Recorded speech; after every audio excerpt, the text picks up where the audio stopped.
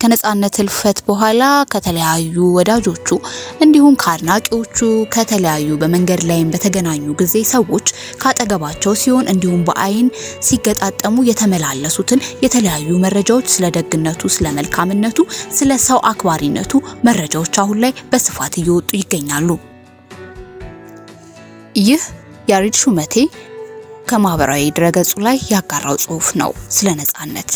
መቀሌ ወደ ቀረጻ ቦታ ለመሄድ ከሆቴላችን እንደወጣን አንዲት ወጣት ልጅ እየሮጠች መታ ተጠመጠመችበት።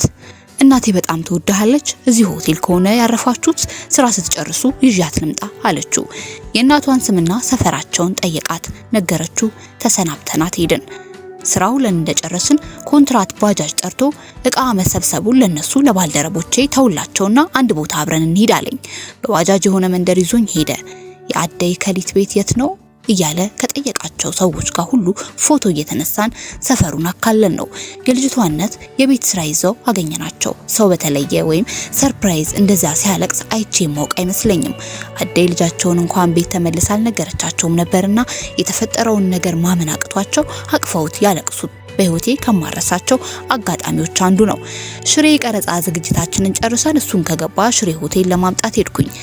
የተዘጋጀልንን ባለ አንድ ጋቢና ፒክአፕ መኪና በር ላይ ትቼው ወደ ሆቴል ገባው። ነፂን ይዤው ስወጣ ሹፌሩ የሚያውቃቸውን ሁለት ሰዎች እግረ መንገዱ ሊተባበራቸው ጭኖ ጠበቀኝ።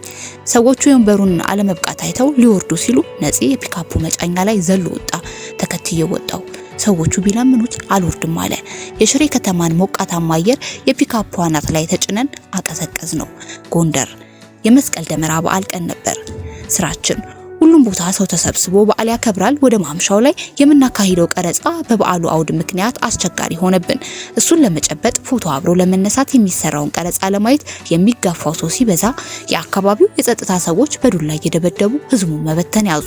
አንድ ቦታ ላይ ድብድብ የሚመስል ግርግር ሲበዛብኝ የተፈጠረውን ለማየት ተጠጋው። ነጻነት አንዱን ባለዱላ ወይም ፖሊስ አንገቱን አንቆ ለምን በዱላ ሰው ትቀጠቅጣለህ እያለ ሲታገለው ደረስኩ። ገላግያቸው ስጨርስ ድምጹን ከፍ አድርጎ መናገር ጀመረ። ቀረጻ ሲያልቅ ፎቶ እንነሳለን፣ እንዲያውም ከእናንተ ጋር ብሬ ያመሻለሁ።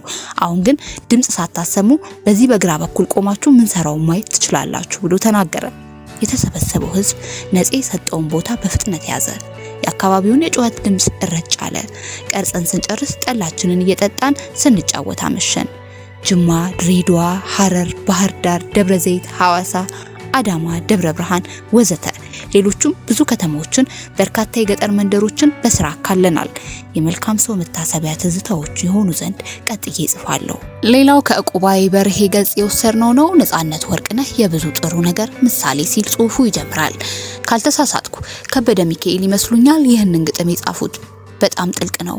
ለኔ የሁሉም ሰው የህይወት መርመሪያ እንዲሆን ነው እምመኘው። ጽድቅና ኩነኔ ቢኖርም ባይኖርም ከክፋት ደግነት ሳይሻል አይቀርም ይላል።